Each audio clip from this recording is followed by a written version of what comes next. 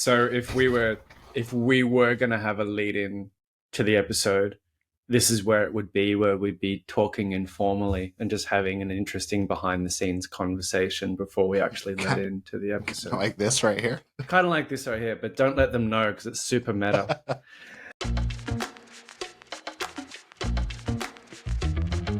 From Sydney, Australia, all the way to Portland, USA, two misfits hang out after class to riff on the B-sides of professional life. These are your professional misfits. Okay. Hello, friends. All the way from Sydney, Australia, I am your host, Christopher Sellis, And from Portland, Oregon, I'm Brody Ipox. and we are your professional misfits. And it's time for season 2, episode 4, Misfits. And you guys voted. So if you don't know, we put out a vote on the Facebook and LinkedIn groups for what subject you wanted us to riff on, and the options were a debate between work from home and working from back in the office, because that seems to be heating back up lately. There's another subject of what would be the worst working relationship, and I think I covered that in the last episode, so we can neatly move on from there. But the subject that you guys voted for was for criticism. So in season 2, we're talking about relationships, so personal, professional, family, everything in between. And the subject that we floated out there was criticism, like, can you give it? Can you take it? How does it affect the people that you're working with? And those sort of dynamics. And this is overwhelmingly what you guys wanted to hear. Brody floated it out there, and people like seized on it like vultures on a carcass. There was Yeah, no that was. questions. Chris is like, hey, we need to come up with some options for the post, and I was like, criticism. And Yeah, criticism. Yeah, yeah. he's like, okay, that sounds good.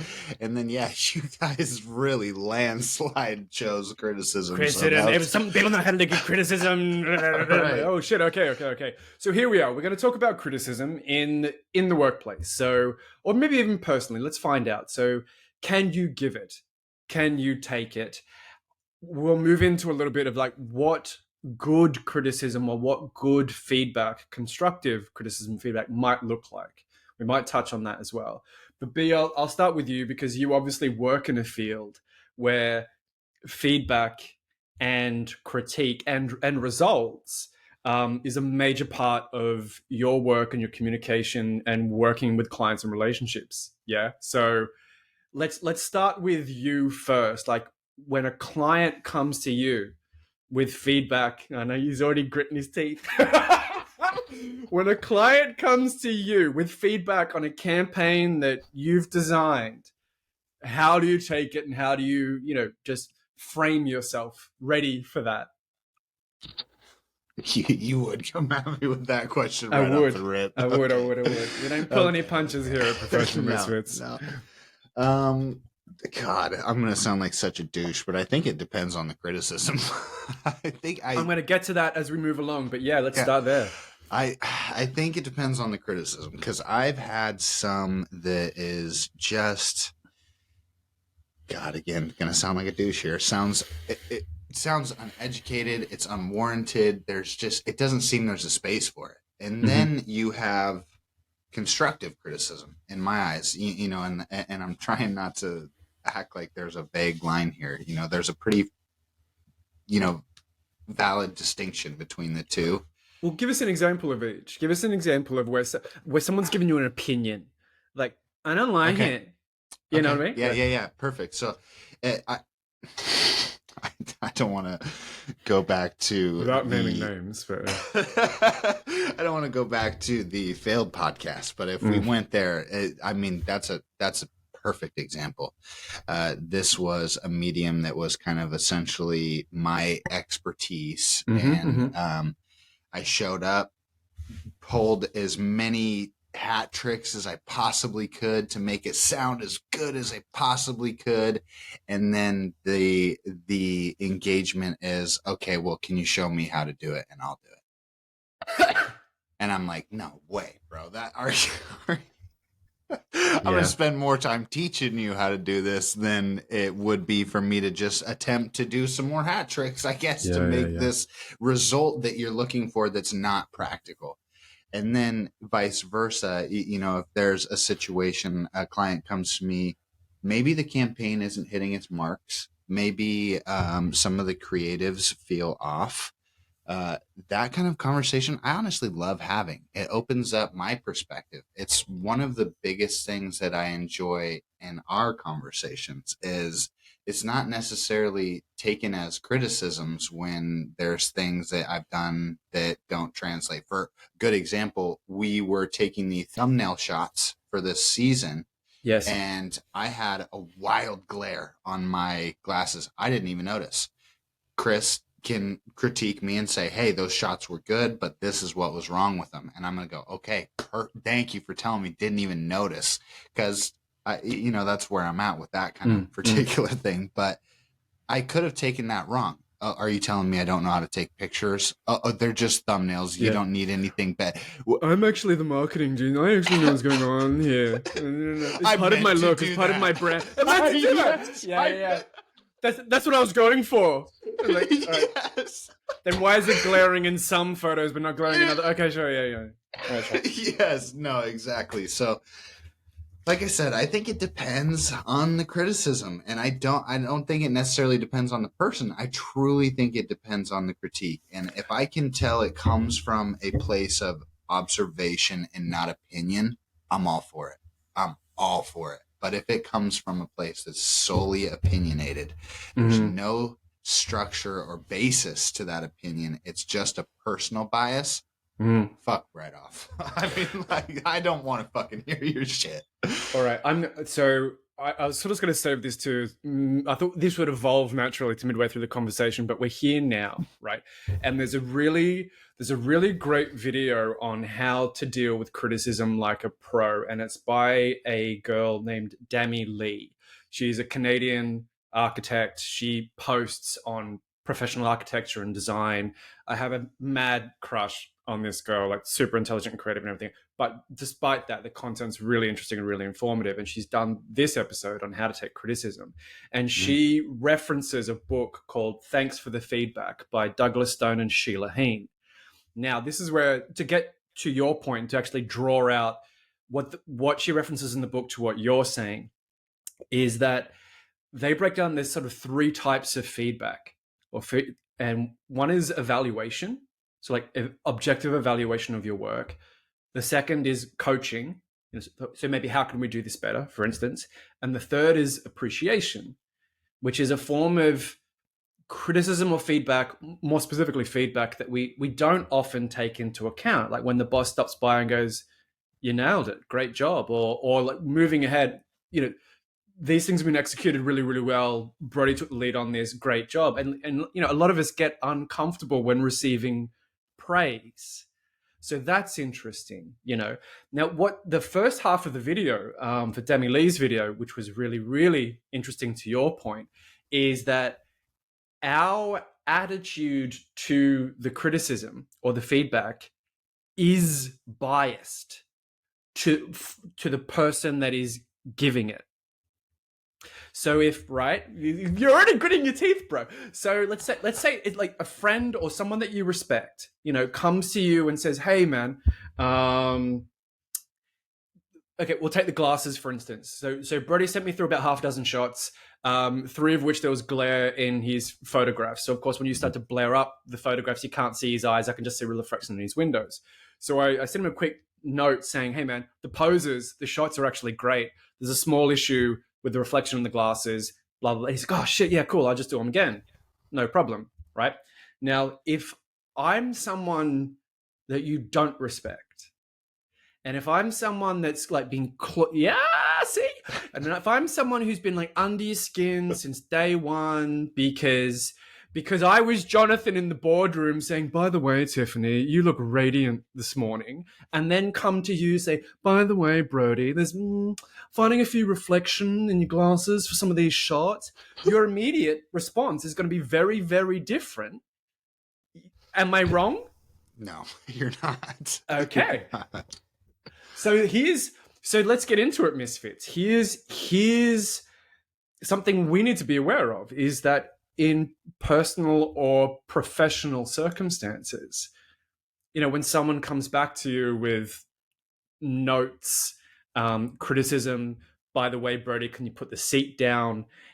Shit like this. Like it's going to hit you different for every person that suggests it. I know every parent is probably shaking their head at home. So it's because whenever I tell my kids they're great, but if some random teacher tells them they're great, it's like, oh my God, like Mrs. Smith suddenly said, and I've been saying for 6 months. So for us, at home, if we're what's going through your mind, man? Because you're looking really uncomfortable. Well, I think one of the last things I said in my statement was that I try to keep it unbiased to the person. Right. You said that, and it's so strange because the way things are framed sometimes, right? Mm-hmm. It's just the way things are framed, and the way that you frame that, yeah, that's a very clear, concise view into the fact that and the reason I was making those faces and shaking is because me too. And yeah, right, too. like all of us, but and let's not let's call it how it is. Like, we don't always get to work with people that we like. We don't always get to work with people that we respect or even respect us. Like, again, like if I'm senior to you, and I've come down from the boardroom to lowly Brody and the fucking contractor pit to go. No, I'm in the janitor's closet. It's like, and with it. So this is really something we need to. I guess let's start here then. If we're receiving feedback, right? How can we separate the bias, the emotion, the personal attack, because often those initial reflex reactions, like get the fuck out of here, comes from either look, and I'm talking about this, like, I take everything personally first. Right, and then have to work backwards to go, no, it's not me. No, we're talking about the job. No, it's the thing. Everything's okay, Chris. Like, shh, it's gonna be fine. Like, shh, it's all right. But I feel like it's almost easier that way because it's like you rip the fucking Band-Aid off. You're like, yeah, this is that. There's that dynamic of it. I don't enjoy it, but okay, here's the information. I can compartmentalize and get back to it. But kind of, but it's like it's the long way around. Where I've gotten a lot better now and with certain projects, and of course, when you're working with people that you trust, you've reached that level of, oh, it's about the work. Like, no, we're all friends, we all get along. So that's why it's generally easier with friends and colleagues. So you and I, yeah, it's about the work. Like Robbie, same thing. It's work because we trust each other and get along implicitly. Mind you, I will reference 3 years full-time of acting college really fucking helped with this. Yeah. Because if you want to, like, bro, you want to talk about feedback? Bitches, you want to talk about feedback? I was literally going to say, I can't even imagine. I can't. And this isn't even audience. The way you're standing, the way you look, the lighting, the register. You've gone through, right, you go through 4 to 6 weeks of rehearsal. So that means, look, I'm being given a script. I've gone away, I've made some choices, I've come back, and here's my performance. And, you're the goal is to execute the story, but you're working with a director. And a director, in corporate terms, is, it's his vision, his show. So, it's all his notes, and you got to get in line with whatever tune he's playing, right? And that in itself, that's a daily feedback loop. You could call it criticism, but it's a daily feedback adjustment. It's training and maintenance and fine tuning, in a way. And that's criticism, absolutely. It is. And getting back to what I was saying before, like, if you, depending on the relationship you have with the director, And depending on the relationship you have with the other cast, that can really influence your experience and your performance, right? Mm-hmm. And then going back to what you were saying, it's like, what's the difference between an opinion? Because someone's like, I didn't like that show, I didn't get anything, it was funny. And someone with a more educated view who can say, well, yeah, like Russian farce is really difficult to pull off, right? Yes. Yeah, and that's what I mean too. Is like if there's observation within the feedback, I know you've invested time and you've moved past exactly like we're talking about that opinion, right? You've formulated the opinion, and then you almost go, why do I have that opinion? Mm. And that's the observations, right? And if you can bring those observations to me, then even if you have the opinion, I understand it. Objectively, I understand it, and there's less of a bias as to it being personal and more to it being exploratory. Okay, this is your objective opinion, but the way that you framed this for me, Mm. I can handle it. I can handle it. I can digest it, and then even more so, I think, and this is me speaking for myself personally. I think even more so for me in that particular situation, it's I need to be able to fucking do something with it. You know what I mean? Right. If you come to me and it's just a fucking blatant opinion that has no actual critique that I can structure a Yeah. resolution around, why are you bringing it to me? Why the fuck are you bringing it to Well, me? surely that's the catch. Like, it's like, I was going to say, like, the amount of times I'm sure we've all had useless feedback or critique or notes from management or someone we have to report to. But of course, in their view, they think they're doing a bang up job. They're Mm. telling you what you need to hear to get, hit whatever KPIs to get the job done. And I guess, again, a really, really handy note from this video and from the book that they reference is, I mean, let's say you're going into performance review. Fucking hell, like I can't imagine. I've only been through like one or two, and I can't imagine this being a regular experience for any sane or mentally healthy human being. Like, it is. That is my opinion too. I've been through too many, and I get to him and I'm like, this doesn't feel normal. It's just disgusting. And anyway, so apart from that, so is it going to be in this performance review? Like, is it going to be evaluation, coaching, and appreciation? Right. So what's your feedback, Mr. Manager, and all the HR folks at home? Like, how are you going to section out this feedback to fit in those categories? Right. To move. So here's, Yeah. Brody, over the last 6 months, we've done this and we've hit certain, like, blah, blah, blah, blah. Here's an evaluation of sort of where we're at. Mm-hmm. Here's what I think you've done well. Here's what I'd like to focus on moving forward so we can hit certain things. Are you in agreement? Blah, blah, blah, blah, blah. This is what you've done really, really well. And we're actually way ahead of where we should be. Appreciation. Done. Right. Why does this sound so damn simple? I don't know. It's common humanity. I don't know. But, bear in mind, in the book and the video, they've laid these steps out for me. If I had to find them for myself, then, whatever. Yeah, man. It's how do you? Okay, so that's how we would like to give feedback. That's how we would like to, I suppose, receive feedback. To your point, what then separates opinion from something that's constructive for you?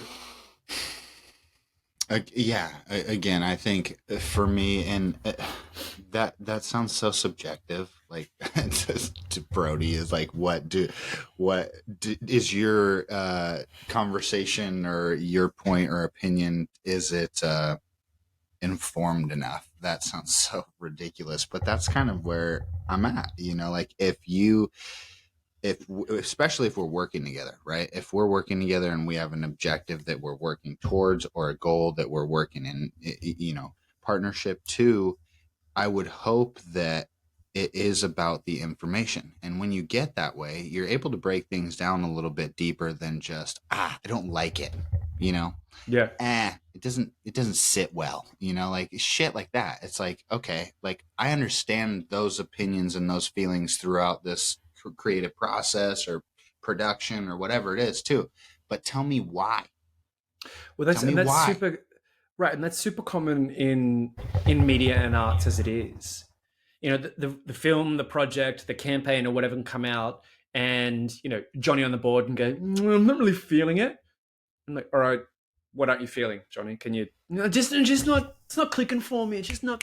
It's not popping. I'm like, okay, Johnny. So unless you can be more specific, like what can we change? I'm like, we'll just go back to what we were like. Right. Yeah. I'm Yeah. getting shivers. Yeah. Right. Right. So far, our HR impression's been on point. Like Johnny in marketing has been on point. So this is the thing. Like, and there's nothing wrong with. I suppose. Okay. Let's turn it around. How are you at giving criticism or giving feedback or giving evaluations?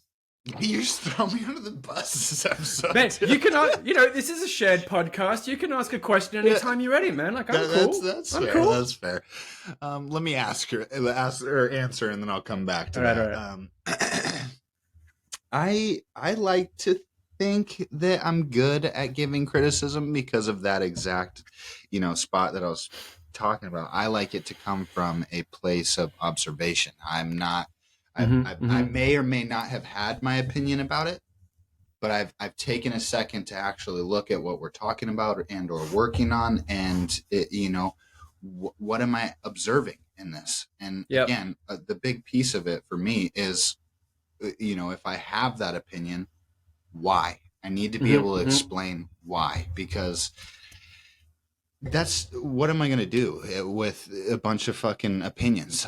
I'm not going to constructively get anywhere with anything. And it's like if I came to you, for instance, we're working on the Misfits doc, right? And if there was certain things within that we're creating side by side that I was just like, I don't like it, and I had no constructive basis as to why, that would throw you off. I know it would, and I think it would throw most people off. Yeah. And the thing is, I don't. It's not even just because of the lack of information. You're turning me off too. I don't. This is not an experience I enjoy emotionally, right? Where it's like I'm coming to you, you're expressing opinions with no justification, and you've decided if I'm being real with you, cycle back to episode 3. Are you being an adult here? It's that simple. So I think sometimes the thing is I've got a sailor's mouth. I'm really really forward. So I think in certain light and context, it probably doesn't feel like I give criticism well, but at the same time, I know that the critique that I'm willing to give, I have a reason, and I'm willing to explain it and share it with you. So I think it depends on who you ask. Yeah. I think it depends on who you ask that I've critiqued. Okay, now I have a question for you, and this was kind of a cool one. I thought on this one for a minute. Can you recall 5 minutes before we open the? You're like, oh yeah. No. Can you recall a specific instance where you received constructive criticism, and that criticism pushed you to evolve? It was the right critique. Do you know what I'm trying to get at here? I do. Okay. Look, I'll give you. Here's a fun story. So, I started writing my book, Applied Creativity, just before COVID. Right, so I took myself away to Indonesia for 2 weeks to start writing, and then kept writing. COVID hit, and it was sort of like brilliant. I have all this time to focus, all this frustration, like amazing. So, and I come from theater and screenwriting, and it is universally accepted that Chris can write anything because he's an amazing writer. So I'm like, I can write a book. Fucking easy. bam, bam, bam, bam, bam, bam, bam, right? So however many 100,000 words, whatever, 10 chapters, did a book, right? And Amazing book, by then, the way. well, we're Not not there just a plug. yet. Not there Not just a yet. plug. Not Okay. there yet. Here's the funny thing. So write a full draft of a book. Then I think I stumbled across a book coach and editor. I can't remember who referenced them to me, but stumbled onto them. And first step there is like, so we'll submit your manuscript. I'll review it and then I'll give you some feedback, and then then we can figure out where to go from there. Like, cool. So paid the fee, sent it off to Kelly, was her name. Kelly read the thing. She's like, all right, we'll have a video chat. Kelly, if you're listening, I feel like this is about to get juicy. No. Like Kelly knows this is a running joke. Okay. This is a running joke, and she was right. I'll get to that first. But Okay. and Kelly goes, okay. So basically, she's like, this isn't a book. Went right. It's like, who's this for? Who's your audience? Why are you writing it? The key questions one should ask before they write the book. And I'm like, okay. And she sort of broke down a few other things, and spent, if it was a 60-minute session, she spent 45 of it breaking down what needs to be done, what needs work, what's missing, X, Y, and Z. And basically, if she was the reader, like, I don't know who I'd be or what I'd exactly get from it. I'm like, all right. And at the end of it, I said, okay, I know what doesn't work. What does? And she's like, I don't know, because I don't understand what this book is for. Right.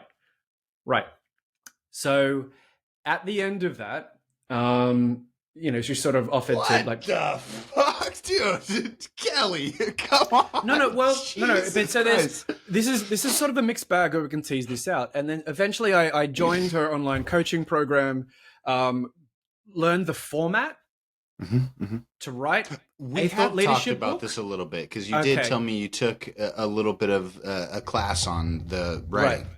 Yeah. So joined her online course and her community, learned the format of how to structure a thought leadership book, and basically started over from scratch. And this is where I met Robert, and we wrote our books together, and all of this sort of thing. So if we cycle back to your question, so for anyone who's written anything or done anything creative, like, I spent 9 months on my own in an apartment during COVID season 1, where everything is in lockdown. No one knows how long this is going to take. You can't go anywhere, all this sort of shit, and did nothing but invest my time into writing this opus, only to be told at the end of that year, at the end of 2020 or 2021, whatever it was, this isn't a book. Yeah, You need to start from scratch. Kelly fucking lined up. But but she was right. And she also had, like, the tools in the community to say, well, this is what you need in order to do it, blah, blah, blah, blah. But to start again from scratch after 9 months, Which, for the Misfits, just real quick, I feel like it's only fair to say, after me bashing Kelly 3 times, his book is a absolutely wonderful book. And so, in comparison to the mess that he's explaining being in with Kelly and her critique, it obviously led to something great. So I'll explain why it was a mess the first time as opposed to now, right? So my background is, theater and screenwriting. So if I'm writing a book on creativity, I wrote this book, which is ostensibly business / thought leadership book, like a story. So for you, Brody, because you've read most of it, and for everyone at home who's read chapter 1, which is the hotel room, and you can download it for free from my site. Find that later. So the hotel room is chapter 1, the breakdown of how it was designed, the outcomes, all this sort of stuff. In the original draft, because I had this as a case study, I'd broken it up into about 10 mini snapshots that would progress through. Like at the beginning of each chapter, you'd get a snapshot of the hotel room. Because in my experience, it's here's the journey, right? You start here, you kind of go along, you learn a few things, there's a few challenges, you get taken somewhere else, and then there's a denouement where there's a climax, then there's a resolution, you learn a lesson and all this sort of shit. So I know it sounds logical, and I know it sounds like a great story, but guess what? That's not how you write a thought leadership book, Chris. And that's in that moment, basically what Kelly was teaching me was like, one, not that I can't write, but just this is incorrectly formatted for what it is you're trying to achieve. So you need to learn the rules. Love that. Right. But that's the information. That's the information. Right. It was a cleaver, but it's it was information. And maybe this starts to drive to what we're really getting at. There's one fly in this ointment, which I actually fed back to Kelly much later when she asked, like, what's been your take on whatever else? It's like, if you spent 45 minutes telling me what didn't work, and then when I asked you what does work, because I need to know what to keep, you told me you didn't know. Now, I'm a fairly seasoned writer. I've experienced a lot and done a lot, so I know my capabilities. But if I was a first-time wannabe author being told by the first professional that I'd submitted my manuscript to, I don't know what you're supposed to keep here, come join my course, it's a real sour selling note. Yeah. So I was going to ask you, did it feel like a funnel at all? Like, and not to be a dick to Kelly, not to be a dick to the process. No, because this is totally business. It's business. Yeah, I hear you. So yes and no. So let's not dismiss the fact that she's a professional book editor and coach who's worked with dozens of authors, and some of them are national bestsellers and international sellers and shit like this. Has a business to run. Fine. Did the community help me? Absolutely, in a lot of respects, to get my own book out and also for the relationships. Did it necessarily feel like a funnel of like, here's, it would be, if I was going to sit in my pity party, I would say yes, because I would sit here having received feedback that I didn't like and that really bruised my ego.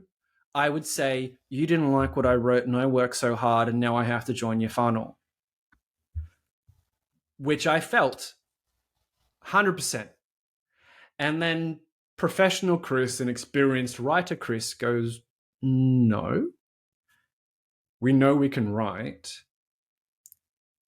If you want this book to be bigger than you might have to check your ego a little bit, learn what it takes to actually write and format a book, and then do the work. And really, I said to myself, the choice is up to you. Like, you can get on your soapbox now and be the don't you know who the fuck I am? I can have that moment, or I can learn some humility, swallow my pride, start from scratch and rebuild.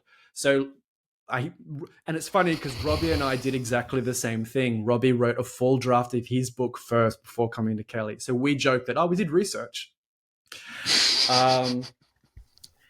So even within, to your question, have you ever received feedback that yes, and even then it wasn't perfect? You know what I mean? And yep. In life and in relationships and in work, seldom does Gandalf, all-knowing, all-loving, come to you and offer you the feedback and the challenge that you need to be bigger than what you are. Makes for a great story, but seldom is it, as flawless and sweet as that.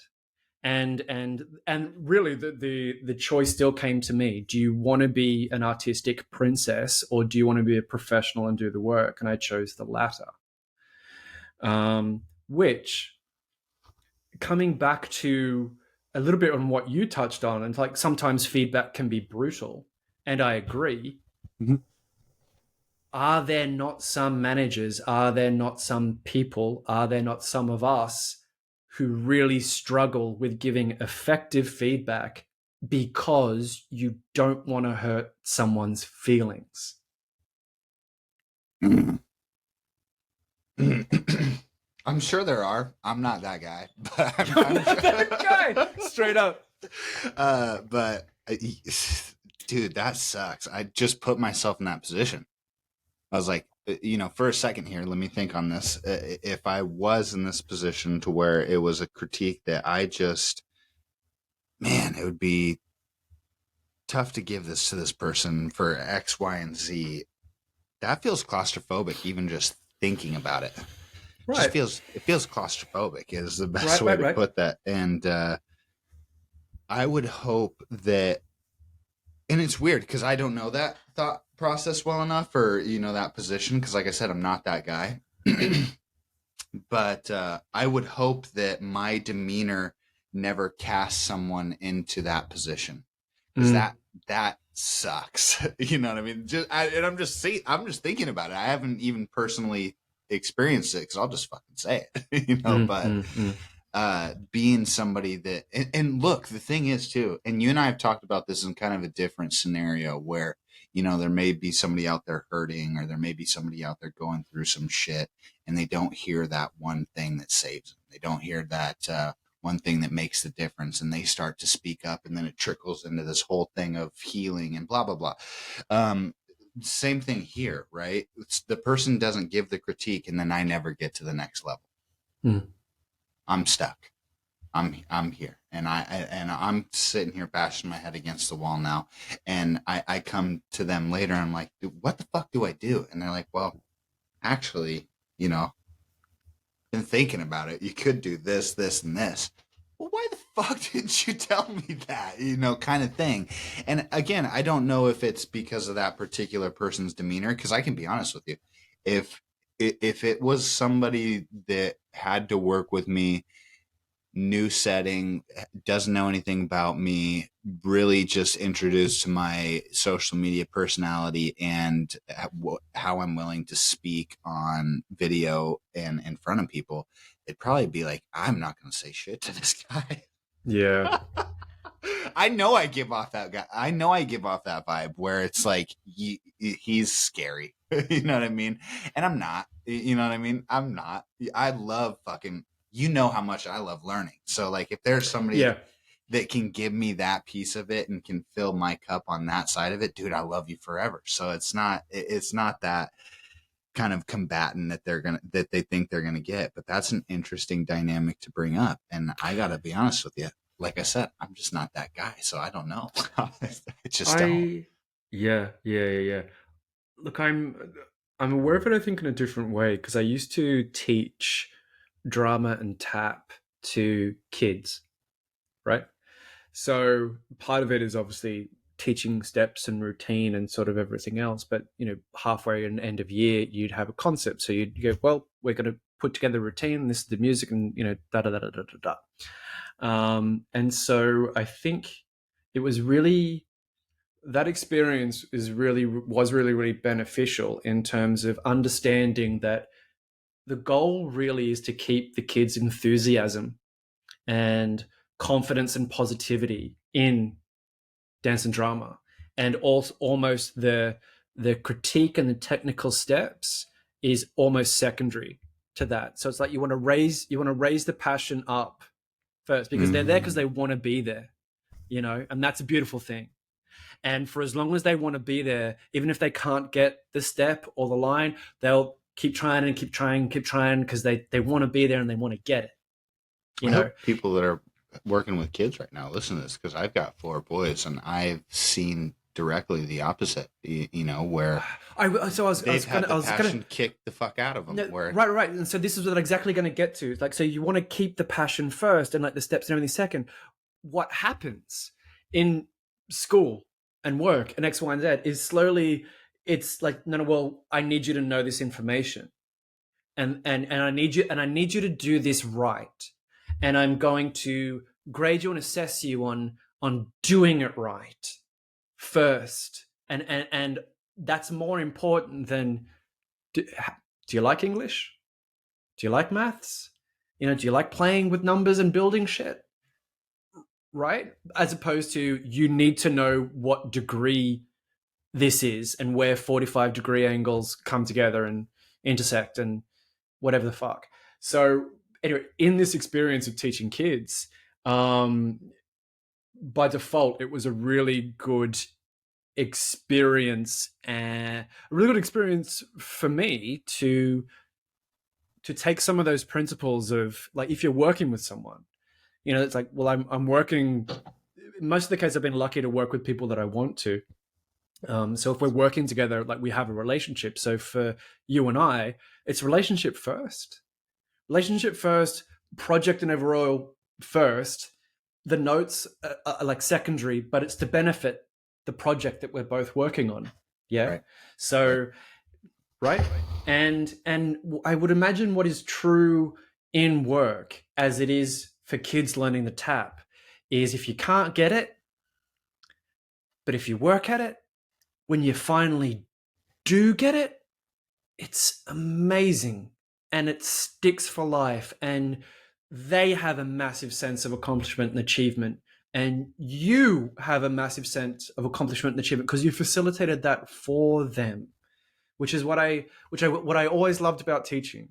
And whether it was kids and tap and drama or running a kung fu school, is like, I could give you something that you can't lose for the rest of your life, that arguably will improve your life.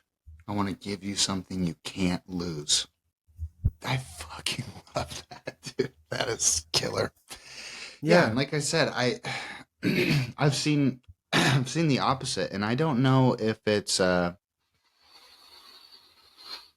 arrogance or obliviousness. I think it's maybe even a little bit of both, but it takes a level of awareness to, I think, critique anything. To critique it. It takes no awareness to have an opinion. You can just have an opinion. Just, it comes to you. I mean, seriously, people will argue with me probably in the comments, or, oh, you have to formulate an opinion. You do, yeah, but that's instinctual. What we're talking about is outside of instinct, outside of reactionary behavior. It's I've had that. I've experienced it. Now I'm looking at that, and what can I pull from it? And if I can give something in the form of information that avoids and or moves the circumstance in the way that I want it, that's what we're all looking for, right? And objectively, with kids, it's it's crazy to hear someone who doesn't primarily teach say, I've got to keep the passion first. Because, for instance, I think with sports in particular, and look, I know this is a lot of this is a volunteer kind of thing. It's parents that show up because they want someone there for the kids. They don't always know what they're doing, don't have the formal background, blah, blah, blah. But it's like you said, if you're listening and you have anything to do with kids, keep the passion there first, because the skills come secondary, and you want to give them something they can't lose. God, Chris, I love that. I fucking love that, dude. So that's incredible. It kind of actually leads into a question that I had written down, and this is kind of for teams and organizations at a whole. And how do you foster a culture within an organization that criticism is a welcomed forum? Where it's beyond constructive, it becomes creative, right? Like how do we do that? Yeah, I'm gonna go against the grain and say you don't aim for that, and I'll tell you why. Right, I'll go back to my theater example. It's like, let's say you have 20 people. Let's have 20 people in an ensemble, 5 of which are leads, men, women, whatever, and you have one director. There's a reason why you have one director, because you have one chef in a kitchen, you have one captain like steering this ship, right? You have one director, and it's their vision. where shit gets out of control and messy and personal is when actors want to try and give other actors notes, right? And you're already biting your lip on like right on how this is going to go. Yeah. Now, I know what you're saying in terms of collaboration and wouldn't this be lovely? And I sort of argue, no, it's not, because the more with any project, any business, the more people you listen to, one, it's the more confused you're going to get. You can't please everyone. It's just a lot of it is just noise. To your point, a lot of it is just opinion. For some people, and let's not ignore the fact that for some people, criticism and feedback is a power play. Normally, you're being peer reviewed by someone that you're subordinate to. And I've been in a position where the CEO just took like a 9-month evaluation as his excuse to put this kid in his place. I'm like, okay. So I wouldn't reason for this agile democratic structure of like everyone giving everyone notes, because then also like what fucking direction are you going in? Right? To your point, like criticism should be constructive, and that constructive feedback and criticism should be driving towards a goal, a purpose, an outcome. If everyone's giving everyone notes, don't fucking believe for a second you're all rowing in the same direction. What I would reason for, from what you're asking, is that whoever's running this show is, if you seek that, if that's the sort of culture that you're looking for, then get everyone in a room, and then you as leader, as director, as CEO, facilitate it. So you lay out the groundwork, and maybe this, funnily enough, maybe this is something that we get into with Dan on episode 5, because we're literally talking about collaboration. But you put the project on the table, and if I am the director, if I'm the boss, I'm like, all right, team, here's the puzzle. Here's where we're going and what we need. This is what I'm assigning to all of you, like, and it's your responsibility, blah, blah. You lay out the conditions, you lay out the terms, you absolutely lay out a deadline. Then you let people go away, do what they want to do, and then come back and we'll reconvene and we'll actually shape this thing into something. To your point, open criticism and open criticism is as destructive and useless as open collaboration, in my view. Right? Because to your point, like, what's the, it's also, I know I'm ranting, but it's one of those. It's one of those. It's one of those moments listening. This is vividly made Chris uncomfortable. It starts getting like really Rain Man. Cars falling off the car. But also like, and not every opinion is worth listening to. And it's that classic, again, it's that classic creative thing of like, if you write a book or if you write a film or you do anything else like that, don't show your parents. Oh, hold on. Don't show it. Right. I love that. Can you say that again? The creative project, film, book, whatever. Not every opinion is worth listening to. No, it's not. It's absolutely. I like not. that. Because it's that classic, like, yeah, again, you write a book, like, do not show it to your family or do not show it to your parents, because they'll tell you one of two things. They'll say, this is great, because they don't want to hurt your feelings and they want to encourage you to keep reading. So that means you get no constructive criticism. Or they say, this is shit and I don't get it. What the fuck? Which kills it, right? And again, if you're writing a book, whom in your family is an author or an editor, or, because you read books doesn't mean you're a fucking expert on writing them. So, you know what I mean? This is the thing. It's that age old. It's that I'm not the Greeks.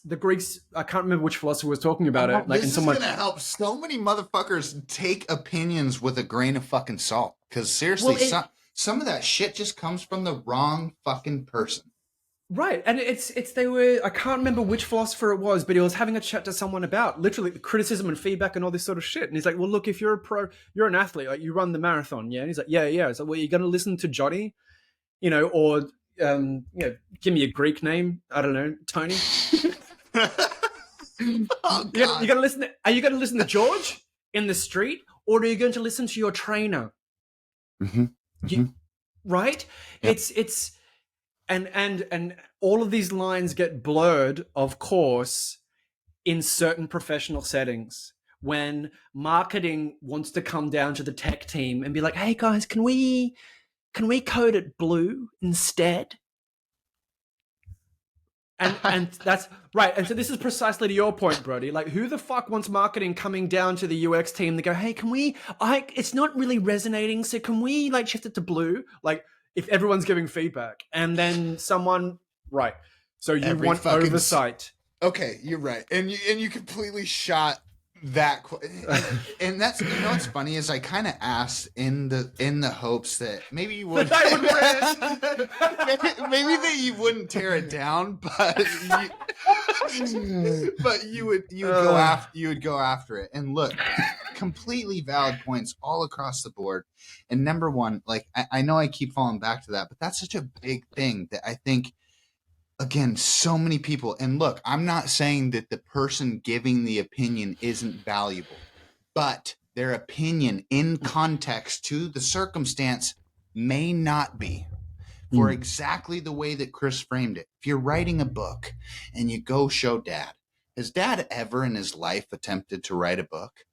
Ever. And if he has, does he have any actual proof or information that he can ground something for you on? And if he doesn't, who fucking cares what he thinks? Who cares? It's such a So great place to let go of, you know what I mean? yes, And yeah, then objectively you can move forward with the shit that matters. Okay, now I see who can affect my situation in the positive, in the benefit of. And I'm going to yeah. take those fucking opinions all day long. I want to learn from and I want to grow and I want to absorb all those. But you have to have that insight first, is that some of those fucking opinions just do not matter.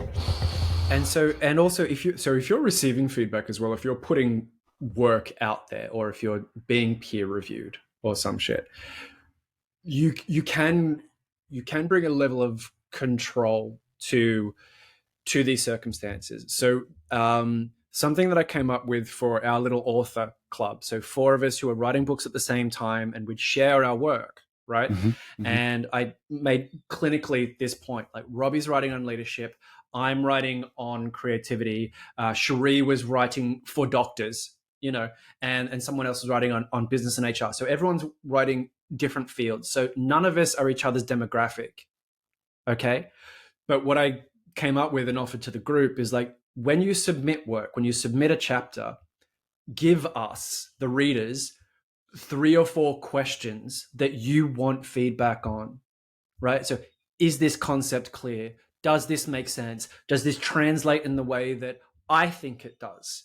Right. And there's no reason why this couldn't apply to something like a peer review. So you walk in there and normally, you've just got to sit there and take it. Mm-hmm. But if you have a relationship, or if you can set things up, or even if it gets to the end, and they might ask, do you have any questions? Like, yes, actually, here's some things that I've noted that I want to work on, that I can, or I can move the business, or that I want to bring, or I think I did well at. What's your take? And it'll do 2 things. They can either provide some constructive feedback where you need it, because you've identified what you need and why. If they can't, you've got a really solid acid test of whether their opinion has any weight, whether they can be objective with you and the work. So there's Dropping a fucking little bombs this entire episode. dropping bombs, brah. That's what I do. So there we go. There's some tips for both sides of the fence. If you're giving feedback, try and break it down into evaluation of the work, coaching for the individual, so where they can improve, and don't forget appreciation. You can never have too much of that, right? Like, what if you're receiving feedback, ask them, like, is this something to be, are we evaluating something, are you coaching me somewhere, that sort of thing. And remember, if you've got things that you want feedback in, or even if you want to have a little control and a little surety in that circumstance, you can come to them with, here's some things I'd like to address because I'd like to get your take on it for whatever reason.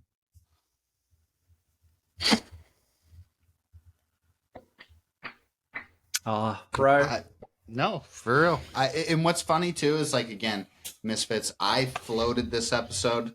I'm not even gonna act like I sat and It was voted on by thought, you, totally random. And then Chris comes in here and fucking lights this thing on fire. This was a fantastic episode, and I think there's a ton of insight and practical insight, right?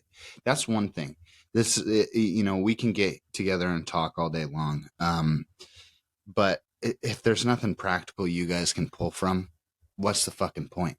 It's me and Chris say it all the time. We don't need another podcast, and that's not the intention here. So I gotta thank. Well, it's really cool that they voted for this one.